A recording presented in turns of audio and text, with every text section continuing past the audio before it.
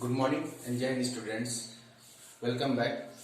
आज हम इस सेकेंड वीडियो जो कि हिस्ट्री का print culture and the modern world है, इसमें हम डिस्कस करेंगे। कल हमने इसमें हम डिस्कस करेंगे किस तरह से चाइना से और जापान से जो है प्रिंट कल्चर यानी छपावट की जो विधि है वो किस तरह से चाइना और जापान यानी कि साउथ आप कह सकते हो एशिया से आपका यूरोपियन कंट्री में ट्रेवल किया, ठीक है। और वहां पे जब वो पहुंचा, जो कल्चर पहुंचा, कौन सा कल्चर पहुंचा, क्योंकि हमने डिस्कस किया था इसकी प्रीवियस पहले वीडियो में कि चाइना में, जापान में और कोरिया में जो वुडन ब्लॉक प्रिंटिंग प्रेस जो था कल्चर में था, यानी वुडन ब्लॉक यानी लकड़ी के गुटके से जो है लेटेस बनाया जाता था, उस पर छपावट, और जिसमें मैंने कल बताया था आपको उससे छपावट हुआ करती थी।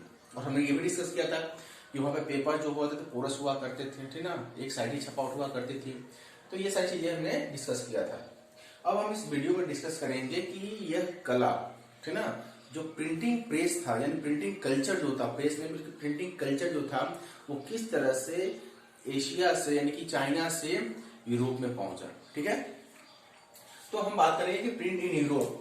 आप जैसे हमने पहले ही डिस्कस किया था कि सिल्क रूट के थ्रू, हमने पहले डिस्कस कर लिया था इस वीडियो में कि सिल्क रूट के थ्रू बहुत पहले से, हजारों साल पहले से, यानी कि जब प्रिंटिंग प्रेस यानी कि जब कागज का आविष्कार भी नहीं हुआ था, ठीक ना, उसके पहले, उससे भी हजारों साल पहले से, यानी कि बिफोर द क्राइस्ट, बीसी, हम एडी की बात करें, बीसी की बात करें कि लगभग बीसी जो था आपका बिफोर द क्राइस्ट, उसके पहले से ही हमारे यहाँ के जो एशियन लोग थे वो सिल्क रूट के थ्रू जो यूरोपियन कंट्रीज, अरब कंट्रीज और अफ्रीकन कॉन्टिनेंट में लोग जो है ट्रेवल किया करते थे, ठीक ना, और बिजनेस करने के लिए हम स्पाइसेस का करते थे, चाइना सिल्क ले जाता था, और भी बहुत सारे देश थे जो अलग अलग चीजों को जो है एक्सपोर्ट करते थे, और उसके बदले हम जो सोना चांदी या जो कह सकते उसको इकट्ठा किया करते थे, हम उसको लेते थे, ठीक है।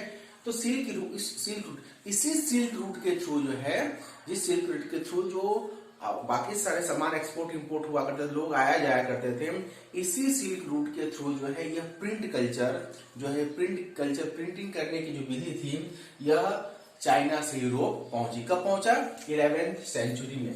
11th सेंचुरी में ये जो है वहां से चाइना से यूरोपियन कंट्री में ये प्रिंट कल्चर, ये मेथड पहुंचा। सवाल ये उठता है कि इस मेथड को, इस कल्चर को वहां कौन ले गया, कैसे गया, किसके द्वारा गया? तो इसमें सबसे बड़ा रोल, इंपॉर्टेंट रोल प्ले किया मार्को पोलो ने। मार्को पोलो एक फिलोसफर था, दार्शनिक था, ठीक ना, और एक ट्रेडर था, जिसने एक लंबे समय तक जो है चाइना में ट्रेडिंग करने के लिए उसने समय बिताया था। अब ट्रेडिंग करने के लिए आपको लगता है लंबे समय का मतलब क्या, लगभग 15-20 साल तक वो चाइना बना। पहले के जमाने में जब लोग ट्रेडिंग करने जाया करते थे, ठीक ना, तो चूंकि आपका transportation means of transportation, fastest means of transportation जो है हमारे पास है वो नहीं थे, एरोप्लेन्स नहीं थे, शिप्स नहीं थे, ठीक ना, ये सारी चीजें नहीं थी, तो लोग पैदल जाया करते थे या बाई सी रूट जाया करते थे। तो जब एक जगह कहीं चले जाते थे वहां पर कई सालों तक वहां रुकते थे। तो मार्को पोलो भी बिजनेस के सिलसिले में कहा गया था, चाइना गया था, और चाइना को कब से वहां पर कई सालों तक उसने वहां पे बिताया था। लेकिन जब वो वहां से वापस आया, क्योंकि चाइना में ऑलरेडी जो प्रिंटिंग कल्चर डेवलप था, ठीक ना, हमने डिस्कस किया 594 एडी से था, ठीक ना, और मार्को पोलो जो था वो 11th सेंचुरी में पहुंचा था, ठीक ना, लगभग उसे प्रिंटिंग कल्चर जब चाइना में ऑलरेडी फ्लरिश हो चुका था, ठीक ना, उसमें गया था। तो वहां पे जो, तो उसने वुडन ब्लॉक प्रिंटिंग कल्चर को उसने देखा था कि वुडन ब्लॉक प्रिंटिंग कैसे होता है। ओलाइव ऑयल उसमें यूज किया जाता है, ऑयल के थ्रू उसको, जो एक डिफरेंट टाइप का ऑयल है जिसको उस पर रब करके उसको प्रिंट किया जाता है। तो उस मेथड को जब 1295 में जब मार्को पोलो कहां पहुंचता, इटली, कहां का रहने वाला था मार्को पोलो, इटली का रहने वाला था। तो जब मार्को पोलो 1295 में बहुत कई लंबे समय बिताने के बाद चाइना से, कहां से, चाइना से इटली पहुंचता है, तो अपने साथ जो है इस मेथड को लेके वहां पे जाता है, और जाके इटली में अपने दोस्तों के साथ या अपने यहाँ जो है इस प्रिंटिंग कल्चर को फ्लरिश करता है। वो बताता है कि चाइना में जो है ऐसे प्रिंटिंग होती थी, इसके पहले भी प्रिंटिंग हुआ, इसके पहले प्रिंटिंग नहीं हुआ करती थी। यूरोपियन कंट्रीज में भी बुक्स अवेलेबल थी, याद रखिएगा कि बुक्स ऐसा नहीं कि 594 में यहाँ पे चाइना में हो रहा और यूरोपियन कंट्री कुछ नहीं था, बल्कि चाइना में बुक्स थी, लेकिन क्या थी, मनुस्क्रिप्टेड थी। मनुस्क्रिप्ट में हैंड रिटेन, हाथ से लिखी जाती थी, जो राइटर्स हुआ करते थे, जैसे हमारे जैसे रामायण है, महाभारत है, ये जो है क्या है, मनुस्क्रिप्टेड है, हैंड रिटेन है ना। वाल्मीकि जी ने क्या लिखा था, हाथ से लिखा था, है ना। वेद व्यास ने जो महाभारत रचना की उसने क्या किया था, हाथ से लिखा था। तो मनुस्क्रिप्टेड था, यानी कि हाथ से लिखा हुआ, है ना। तो हाथ से लिखा हुआ करता, तो बुक्स तो अवेलेबल थी लेकिन प्रिंटिंग के थ्रू नहीं थी। वहां पे मैन्युस्क्रिप्टेड हुआ करते थे, हाथों से लिखा जाता था। जो लिखने वाले लोग थे जिसको स्क्राइब्स कहा जाता था, जिसको है ना, उन स्क्राइब्स जो हुआ करते थे, क्या कहा जाता था, स्क्राइब्स। स्क्राइब्स जो हैंड रिटन जो लोग लिखते थे उनको स्क्राइब्स कहा जाता। तो जो वहां के जो आप कह सकते हैं प्रोडक्शन हाउस थे, जो किताब कॉपी छापने वाले लोग हुआ करते थे, वो अपने यहाँ 50-60 लोगों को जॉब देता था, हाथों से लिखा किया करते थे। और वहां पे कागज क्या था, क्योंकि कागज बहुत बहुत लंबे समय के बाद यूरोपियन कंट्रीज में पहुंचा। तो जब वहां पे नहीं पहुंचा था, तब वहां छपावट वेलम पे हुआ करती थी। वेलम क्या था, वेलम जो था वो चमड़े से बना करता था, स्किन से, है ना, जानवरों के चमड़े को जो है फ्लरिश करके उसको कागज में कन्वर्ट किया जाता था और उसी पे उसको लिखा जाता था। और उस पे लिखने के बाद उसकी बाइंडिंग की जाती थी, उसकी सिलाई स्टिचिंग की जाती थी और बुक्स बनाए जाते थे। तो कहने का कि इसके पहले यूरोपियन कंट्रीज में ऐसा बुक्स की अवेलेबिलिटी थी, लेकिन बहुत लिमिटेड हुआ करते। जो एरिस्टोक्रेट फैमिली हुआ करती थी, जो सम्राट लोग हुआ करते थे, जो नोबल पर्सन हुआ करते थे, जैसे राजा महाराजा उस समय के, वही बुक्स पढ़ पाते थे आम लोगों की, क्योंकि बहुत ही एक्सपेंसिव वेलम जो हुआ, जो वेलम पे छपता था वो बहुत ही एक्सपेंसिव हुआ करता था। ठीक है, तो मैन्युस्क्रिप्टेड बुक्स थी, ठीक ना। लेकिन जब मार्को पोलो 1295 में इटली में यह एक नई टेक्नोलॉजी लेके पहुंचा, वुडन ब्लॉक प्रिंटिंग, तो वहां पे देखते ही देखते कुछ समय के बाद पूरे यूरोप में जो है, ना केवल इटली में बल्कि पूरे यूरोप में जो है वुडन ब्लॉक प्रिंटिंग कल्चर जो है डेवलप होता है। क्यों? क्योंकि ये फास्ट था, ठीक ना। क्योंकि आपको बस वुडन ब्लॉक से क्या क्या आपने बनाने से मैंने बताया था, आपको अगर राम लिखना है, राम इज गोइंग लिखना है, तो आप क्या लिखोगे, आर का आपने वुडन ब्लॉक उठाया, उसको प्रिंट किया, ए का उठाया, एम का उठाया, ई का उठाया, आई एस का उठाया, जी का उठाया, ओ का उठाया, आई का, एन जी, गोइंग, हो गया। ठीक है, तो ये हैंड रिटन। प्रॉब्लम क्या थी कि हैंड रिटन क्या थी कि हैंड रिटन कई लोगों की राइटिंग समझ में नहीं आती थी, ठीक ना। आज भी आपके जो बुक्स होती है, अगर मैं आपको 10 दोस्तों की कॉपी दे दूं आपको लिखने के लिए, पढ़ने के लिए, तो शायद बहुत सारे ऐसे लोग हों जिनको ना पढ़ पाए, बोलेंगे उसकी, क्योंकि सबकी लिखने की लिखावट जो होती है अलग अलग होती है। लेकिन जो प्रिंटेड आपकी बुक्स होती है सब पढ़ लेते हैं, क्योंकि वो एक सिस्टमेटिक वे में और सही तरीके से होता है। तो कहीं ना कहीं जो इसमें डीमेरिट्स थी मैन्युस्क्रिप्टेड में, कि फ्रैगलिक हुआ करते थे। फ्रैगलिक का मतलब होता था कि ये तिरछा हुआ करता था, ठीक ना, और वो चौड़ा, जैसे आप देखा जैसे किसी लिखावट में पानी आप डाल दो तो फैल जाता है, इस तरह की कभी कभी चीजें हो जाया करती थी। इसलिए जो है ये ज्यादा फेमस नहीं हुआ करती थी। तो इसकी जगह को किसने लिया, वुडन ब्लॉक प्रिंटिंग कल्चर ने पूरे यूरोप में, यानी कि देखते ही देखते कुछ समय तक पूरे के पूरे 15वीं सेंचुरी तक आते आते पूरे यूरोपियन कंट्री में, पूरे यूरोपियन कंट्री, ना केवल इटली बल्कि पूरे यूरोपियन कंट्री में वुडन ब्लॉक प्रिंटिंग कल्चर, याद रखिएगा, वुडन ब्लॉक प्रिंटिंग कल्चर देखते ही देखते पूरे यूरोप में फैल गया। ठीक है, अब हम बात करेंगे, लेकिन जो अब वुडन ब्लॉक प्रिंटिंग कल्चर था, मैन्युस्क्रिप्टेड भी चल रहे थे, दोनों साथ चल रहे थे, लेकिन जैसे जैसे बुक्स की अवेलेबिलिटी बढ़ रही थी, जो रीडिंग मेनिया थी, पढ़ने वाले लोगों की संख्या बढ़ रही थी, ठीक ना। अब लोग हर कोई पढ़ना चाह रहा था, और देखते ही देखते आप देखोगे पूरे 15वीं सेंचुरी तक आता है तो यूरोप एक बहुत बड़ा मार्केट बन चुका था बुक्स का। लेकिन आपके वुडन ब्लॉक प्रिंटिंग जो मेथड था और जो मैन्युस्क्रिप्टेड था, ये पूरे के पूरे जो चीजें थी, ये जो डिमांड था उसको पूरा नहीं कर पा रहा था। तो पूरी दुनिया को एक ऐसा सिस्टम की जरूरत हुई, कोई ऐसा सिस्टम हो टेक्नोलॉजिकली बेस्ड हो जो और तेजी के साथ और अच्छी क्वालिटी का जो है प्रिंटिंग बुक्स अवेलेबल करा सके। और ऐसा ही हुआ जब जर्मन का एक गोल्डस्मिथ, जर्मनी का रहने वाला एक गोल्डस्मिथ था, जिसका नाम था जॉन गुटेनबर्ग, ना। जॉन गुटेनबर्ग हुआ था जर्मन गोल्डस्मिथ, याद रखिएगा, क्वेश्चन आता है कि who was John Gutenberg? John Gutenberg was the a German Goldsmith, ठीक ना। तो उसकी जो बचपन में था, बचपन में बड़ी गरीबी में बीती थी, ठीक ना। खेती वो किया करता था, गोल्डस्मिथ तो था, लेकिन चूंकि गोल्डस्मिथ की फैमिली से बिलोंग करता था, इसलिए उसने बड़ी बारीकी से जो है इन चीजों को देखा था। भाई जहां जिसके घर में ये काम होता है आभूषण का, तो बट नेचुरल कि वहां पर उसको उसको मोल्ड करना, उसको मोड़ना, उसको एक शेप देना वो सीखता था। तो बचपन से ही वो इंटरेस्टेड था। उसने क्या किया कि जो टीनी पार्टी मोल्ड्स जो हुआ करते थे, MOULDS, मोल्ड्स का मतलब क्या, आपने देखा होगा जब आभूषण बनते हैं तो उसमें बहुत सारे ऐसे सस्ते मेटल्स होते हैं जिसको आभूषणों में जोड़ा जाता है। तो जो छोटे छोटे जो आपने देखा हुआ छूट जाते हैं, रह जाते हैं, उसको उसने क्या किया कि एक शेप दे दिया। जैसे जो मोड्स थे, यानी जो ऐसे मेटल्स जिसका यूज किया जाता था आभूषण बनाने में, जो बहुत सस्ते हुआ करते थे, जैसा कि आप भी जानते हैं कि जो आपके ऑर्नामेंट्स बनते हैं वो प्योर गोल्ड के नहीं होते हैं।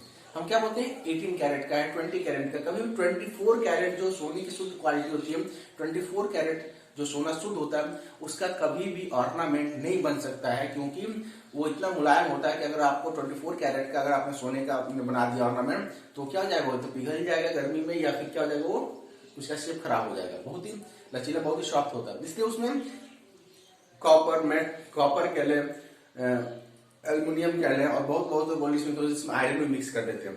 तो इस तरह के जो सस्ते मोल्ड्स हुआ करते थे, उन मोल्ड्स का यूज किया जाता है, आज भी किया जाता है। उसी मोल्ड्स को उसने लेके उसने लेटर का फॉर्म कर दिया, ए टू जेड उसी मोल्ड्स को, चूंकि वो गोल्ड स्मिथ था, उसने उस मोल्ड का यूज करके जो बेकार पड़े होते थे, जो ऑर्नामेंट बनाते थे गिर जाते थे, उसको लेकर उसने शेप बना दिया। और शेप के बाद क्या किया, उसने वुडन ब्लॉक, उसने एक शेप बनाया जिसपे क्या हुआ कि उसपे उस मोल्ड्स को चिपकाया जा सकता था। अभी तक क्या था, वुडन ब्लॉक था, एक ब्लॉक था, जैसे एक क्या होता है, एक लकड़ी का गुटका जिसमें ए लिखा हुआ है, दूसरा ए टू जेड, यानी कि अगर ए टू जेड 36 अगर अल्फाबेट लेटर्स हैं, तो यहाँ से ए टू जेड में क्या था आपका 36 या 26 जो भी है आपके हिंदी के 26, उसके जो क्या है उतने आपके वुडन ब्लॉक रखे हुए, आपको उसको उठाना था। इसने क्या किया कि मोड्स बनाया इसने, और उसने इस तरह का मोड्स बनाया कि उसको चिपकाया जा सकता था। अब अगर आपको राम इज गोइंग लिखना था, तो आप क्या कर सकते हैं, पहले राम इज आपको गोइंग लिखना है, तो आपने राम आर का मोड वुडन ब्लॉक उठाया, प्रिंट किया, फिर ए का उठाया, फिर एम का उठाया, फिर आई का उठाया, फिर एस का उठाया, फिर GOING लगा। अब क्या था, आपको ये नहीं करना था, आपको क्या करना था, मोड्स को उठाना था। आर का आपने एक लेटर बना हुआ मोड जो मेटल लिखता, RAMISGOING छिपाया, और एक बार मारा आपने राम इज गोइंग। जैसे आप आज के स्टैम्प होते हैं, आज के स्टैम्प में क्या होता है, आपको जो भी प्रिंसिपल का साइन प्रिंसिपल लिखवाना है, तो प्रिंसिपल ऑलरेडी लिखा होता है ना, आपको चिपका देना है, ठीक है। तो वो उसने क्या किया, और वो मोल्ड्स ऐसे नहीं थे, वो मोल्ड्स को हटाया जा सकता था, चिपकाया आपने, लेटर्स लगाया, फिर मारा, फिर उसको हटाया, दूसरा आपने जो आपको सेंटेंस लिखना, इससे क्या होगा कि तेजी आई, है ना। पहले क्या था, टाइम टेकिंग था, आपको आर को उठाना है, फिर आई को उठाना है, फिर एस को उठाना है, लेकिन अब क्या था, आपने एक बार आराम इज गोइंग चौड़ा था, तो आपने 4-5 सेंटेंस आप एक ही साथ जो है आप उसमें लगा सकते हैं और प्रिंट कर सकते हैं। इससे क्या हुआ कि ये प्रिंटिंग प्रेस जो है, एक प्रिंटिंग मेथड उसने लाया। तो ये कब आया, ये आपका जो जॉन गुटेनबर्ग ने था 1430 में इसका इन्वेंशन कर दिया। 1430 में उसने जो है ये मोल्ड्स बेस्ड प्रिंटिंग कल्चर का उसने इन्वेंशन कर दिया। इससे क्या हुआ, लेकिन देखते देखते 1448 से और 1445 के, यानी कि पिछले 7 सालों के बाद उसने धीरे धीरे जो है उसने इसको और डेवलप करते गए, और पहली बुक जो प्रिंटिंग इस मेथड से जो छपी उसका नाम था बाइबल, ठीक ना। कितने लाइन की थी, 42 लाइन्स की, 42 लाइन्स की बाइबल छापी उसने, किसने, जॉन गुटेनबर्ग ने। जॉन गुटेनबर्ग ने पहले खुद ही एक्सपेरिमेंट किया और 42 लाइन्स की बाइबल छपी, और इसकी कितनी कॉपी छपी, 180 कॉपी, यानी 180 बुक्स उसने छापी, ठीक ना, एक साथ। और इसको चूंकि ये जॉन गुटेनबर्ग ने इसको छपा था, इसलिए इस बाइबल का नाम गुटेनबर्ग बाइबल भी कहा जाता है, गुटेनबर्ग बाइबल। तो याद रखिए, क्वेश्चन आता है कि जो जॉन गुटेनबर्ग ने जो आपकी छापी, वो छपावट की थी, यानी जो आपकी जॉन गुटेनबर्ग बाइबल छापी थी, किस ईयर में छापी थी, 1445 में। याद रखिएगा, 1445 में पहली बुक, यानी पहली बुक पूछा जाता है कि वो कौन सी बुक थी जो पहली बार जो है प्रिंटिंग प्रेस के द्वारा, यानी क्या कह सकते हो, मोल्ड के द्वारा छपी थी, तो वो था आपका बाइबल, ठीक है, जो 42 लाइन्स की थी। और कितनी कॉपी छपी थी, 180। लेकिन ये 180 कॉपीज जो है, कुछ इसमें से कॉपी जो थी पेपर पे छपी थी, और कुछ कॉपी जो थी बाइबल की वो वेलम पे छपी थी, ठीक ना, पूरे पेज पे नहीं थी, बल्कि 180 कॉपीज में से कुछ कॉपी जो है वेलम पे, और कुछ कॉपीज किस पे, कागज। क्यों दूर पे छपी थी, क्योंकि वेलम एक्सपेंसिव हुआ करता था, उस पर राइटिंग अच्छी, छपावट अच्छी हुआ करती थी, और वो बड़े लोग पढ़ा करते थे। और जो कागज थी उसपे छपावट आपने देखा पूरस था, अच्छी प्रिंटिंग नहीं हुआ करती थी, तो सस्ते दामों पर जो मिडिल क्लास थे जो थे ना, उनके पास जाया करते थे। तो ये चीजें डेवलप हुई, ठीक है। लेकिन आप अगर देखोगे कि फीचर्स ऑफ द अब 1450 से लेके 1550 यानी इन 100 सालों के बीच में पूरे यूरोपियन कंट्री में जो जॉन गुटेनबर्ग बेस्ड जो टेक्नोलॉजी थी पूरे यूरोपियन कंट्रीज में फैल गई, ठीक ना। अब तेजी के साथ बुक्स का जो है, जो मैंने पहले कहा, बुक्स जो है केवल एक सब्जेक्ट के ऊपर नहीं, केवल स्टूडेंट्स के लिए नहीं, ठीक है, केवल एकेडमिक्स के लिए नहीं, बल्कि अलग अलग, जैसे मैंने आपको पहले ही कहा था, जैसे चाइना में हुआ था, चाहे वो आपके घर के डिजाइन को, घर को सजाने के लिए, खाना बनाने के लिए, ठीक ना, कैसे अपने डेकोरेट घर को कर सकते हैं, औरतें कैसे अपने आप को संवार सकती है, अलग अलग सब्जेक्ट्स पे जो है बुक्स जो है मार्केट में अवेलेबल होने शुरू हो गए। लेकिन फिर भी इतनी बुक्स की अवेलेबिलिटी के बाद भी, चूंकि जैसे जैसे बुक्स की संख्या बढ़ रही थी वैसे वैसे रीडिंग मेनिया यानी पढ़ने वाले लोगों की संख्या भी बढ़ गई, उससे तेजी के साथ पढ़ने वाले लोगों की संख्या बढ़ रही थी। इसलिए जरूरी था कि कहीं ना कहीं एक और ऐसा आगे डेवलप किया जाए जो इससे भी अच्छी टेक्नोलॉजी थी, ठीक ना, या हो, ठीक ना। अब जो नई बुक्स थी, ठीक ना, उसकी क्या फीचर्स थी, what are the features of the new books, कौन सी न्यू बुक, जो जॉन गुटेनबर्ग के मॉड्यूल से जो छपती थी, जो मैट्रिक से छपती थी, उसका जो था क्या था, ठीक ना। तो आप समझ सकते हो कि 1400 की 15th सेंचुरी तक कितने मिलियंस थी, 20 मिलियन, लगभग पूरे यूरोपियन कंट्रीज में 20 मिलियन बुक्स की अवेलेबल थे। 20 million, 1 million equal to 10 lakhs, तो 20 को इंटू 10 इक्वल कितना हो जाएगा, 200 lakhs, 200 लाख बुक्स जो थी मार्केट में अवेलेबल थी पूरे यूरोप में। और 16th सेंचुरी तक आते आते ये 100 गुना हो गया, यानी 100 सालों के अंदर में पूरे यूरोपियन कंट्रीज में बुक्स की अवेलेबिलिटी 200 मिलियंस हो गई, है ना। यानी 15वीं शताब्दी तक 20 मिलियन अवेलेबल थी पूरे यूरोपियन कंट्रीज में बुक्स, और 16th सेंचुरी तक आते आते 200 मिलियंस थी। लेकिन फिर भी यह रीडिंग मेनिया को पूरा नहीं कर पा रहा था। ये नहीं कि सबके हाथों में नहीं था, अभी भी गरीबों के हाथों से दूर थी, क्योंकि यह किताबें महंगी हुआ करती थी और अवेलेबिलिटी कम थी। आप पढ़ोगे कि जब अवेलेबिलिटी, जब सप्लाई और डिमांड का आप जब पढ़ोगे, अगर आप इकोनॉमिक्स पढ़ते हो, कि जब भी डिमांड ज्यादा होगा, सप्लाई कम होगी, तो क्या होगा, चीजों की दाम बढ़ेगी। तो बट नेचुरल है कि डिमांड बहुत ज्यादा थी, पढ़ने वाले लोगों की संख्या बहुत ज्यादा थी, लेकिन बुक्स की अवेलेबिलिटी अभी भी कम थी, इसलिए उसके हाई प्राइसेस हुआ करते थे। इसलिए जो गरीब तबका था वो बुक्स नहीं पढ़ा करता था, ठीक ना। तो उनके पास नॉलेज कैसे पहुंचा, जैसे मैंने बताया था आपको कि एक आदमी हुआ करता था जो किसी गांव में पैसे वाला है, उसके पास बुक्स थी, वो जो है पढ़ा करता था, लोग उसको सुना करते थे, ठीक ना। क्लियर। आपने भी देखा होगा रामायण, छोटे बचपन में देखा होगा रामायण की बुक हर घर में नहीं पाई जाती थी, ठीक ना। बचपन में रामायण की बुक किसी एक घर में पाई जाती थी और उस बुक्स को कोई पढ़ता था, बाकी लोग गांव में क्या कहते थे, उसको बैठ के सुनते थे, ठीक ना। हालांकि अब अवेलेबिलिटी है, कोई पढ़ना ना अलग बात है, लेकिन अवेलेबिलिटी है, आप अपने खरीद के उसको घरों में रख सकते हैं। पहले सबके पास इतनी क्षमता नहीं थी। तो अब हम बात करेंगे कि जो नई बुक्स थी, जो जॉन गुटेनबर्ग द्वारा जो नई बुक्स थी, उसके फीचर्स क्या थे, ठीक ना।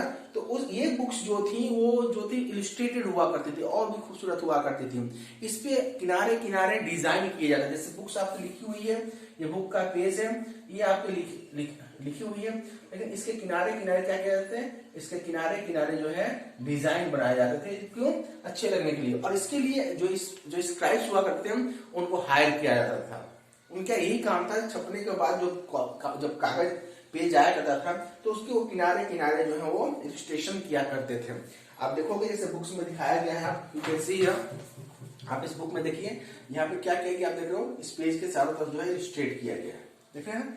तो इस तरह से इलस्ट्रेट किया था और हर पेज के ऊपर हुआ करता था, ताकि वो आपको वो आपकी जो बुक है वो ज्यादा अट्रैक्टिव लगे, अच्छी लगे। तो ये सारी चीजें हुआ करती थी। इसके अलावा ये बुक्स जो थी फ्रैगलिक नहीं हुआ करती। फ्रैगलिक मतलब कि इसमें छपावट इतनी अच्छी हुआ करती थी कि इसके पानी में भीगने पे या कुछ होने पे इसके लेटर्स जो है आप कह सकते हो बिखरने के, जैसे मैंने स्टूडेंट में पढ़ा था कि अगर पानी से भीग गया या कोई चीजें हो गई, ठीक ना, कहीं ऐसी जगह पर आपने रख दिया जहाँ पे नमी है, ह्यूमिडिटी है, तो खुद ब खुद जो है आपने बहुत सारे आपके रफ बनाते होंगे, इसमें आपने देखा होगा कि प्रॉब्लम्स होती हैं कि वो पेज जो है फैल जाता है, उसके लेटर्स फैल जाते हैं। तो फैब्रिक हुआ करता था, ये प्रॉब्लम हुआ करता था। अब इसमें क्या था, इस नई बुक्स जो थी इसमें फैब्रिक होने के चांसेस कम हुआ करते थे, ठीक ना। इसके अलावा जो है अब ये बुक्स जो थी अब एलाइट यानी कि जो ऊपरी लोग थे उनसे हटके मिडिल क्लास के हाथों में भी बुक्स अब आनी शुरू हो गई थी, यानी कि जो मिडिल क्लास के लोग थे वो भी लोग अब पढ़ने लगे थे। हालांकि अभी भी बुक्स जो है गरीब के हाथों से कोसों दूर था, बहुत दूर था, है ना, वो उनके हाथों में नहीं था, है ना। तो ये चीजें जो है डेवलप हुई। तो आज हमने पढ़ा कि प्रिंट कल्चर किस तरह से चाइना से यूरोपियन कंट्रीज में पहुंचा, कब पहुंचा, ठीक ना, वेलम क्या था, मैन्युस्क्रिप्ट क्या थे, ठीक ना। इसके अलावा हमने पढ़ा कि किस तरह से जॉन गुटेनबर्ग ने किस तरह से उसका डेवलप किया, मॉडल्स का डेवलपमेंट किया, ठीक ना, ठीक ना। लेकिन अभी भी रोटरी प्रिंटिंग प्रेस का आविष्कार नहीं हुआ है, याद रखिएगा। रोटरी यानी कि आज जो है रोटेट होता है, आपने कागज डाला रोटेट होकर निकलता है। रोटरी प्रिंटिंग प्रेस का आविष्कार किसी और ने किया, हम आगे डिस्कस करेंगे। अभी जो प्रिंटिंग प्रेस था वो मोल्ड्स के थ्रू, प्रेस के थ्रू प्रेसिंग की जाती थी। एक बड़ा सा प्लेट हो गया, उस प्लेट के ऊपर मोल्ड्स को चिपका दिया जाता था, पेज नीचे दिया और उसको दबा दिया जाता था, दब जाता, पूरा पूरा पेज हो गया। जैसे मैंने बताया, क्योंकि आपके पास मोल्ड्स थे तो एक बड़ा सा प्लेट बनाया जाता था। उस प्लेट के ऊपर क्या किया जाता था, उस प्लेट के ऊपर जैसे पूरा पेज का जो है लिख दिया जाता था, सेंटेंस चिपका दिया जाता था, है ना। और उसके बाद उसमें ओलाई राउंड लगा के नीचे कागज करके उसको प्रेस कर दिया जाता है। आप देख सकते हो इसमें हम दिखा रहा, यू कैन सी हम यहाँ पे किस तरह से ये, है ना, ये जो नीचे का पोर्शन है ये क्या हुआ करता था, ये आपका इसके नीचे जो प्लेट लगे होते थे जिसमें मोल्ड्स चिपकाए जाते थे और नीचे पेज रख दिया जाता था, उसको ओलाई लगा के इसको प्रेस कर दिया जाता था, एक पेज छप जाती थी। फिर इसको हटाया आपने, दूसरा छटा, फिर इस प्लेट को निकाल के इस पे मोल्ड्स को सजा दिया गया, इस तरह से छपाव हुआ करती थी। लेकिन अभी रोटरी प्रिंटिंग प्रेस रोटेट होके मैकेनिकली मशीनों के द्वारा जो खुद रोटेट हो और निकाले, ऐसी चीजों का भी आविष्कार नहीं हुआ था। तो हम आगे पढ़ेंगे कल के वीडियो में, जो अगला वीडियो बनेगा उसमें हम डिस्कस करेंगे कि रोटरी प्रिंटिंग प्रेस का आविष्कार किसने किया, कब हुआ, और ये जो आपकी प्रिंटिंग कल्चर हुआ इसका समाज के ऊपर क्या असर पड़ा, हम आगे डिस्कस करेंगे। तो आज की वीडियो में इतना डिस्कस करेंगे। अगर कोई भी प्रॉब्लम हो तो कमेंट बॉक्स में जाइए और प्लीज कमेंट कीजिए, ठीक है, और क्वेश्चन पूछ सकते हैं। थैंक यू एंड जय हिंद।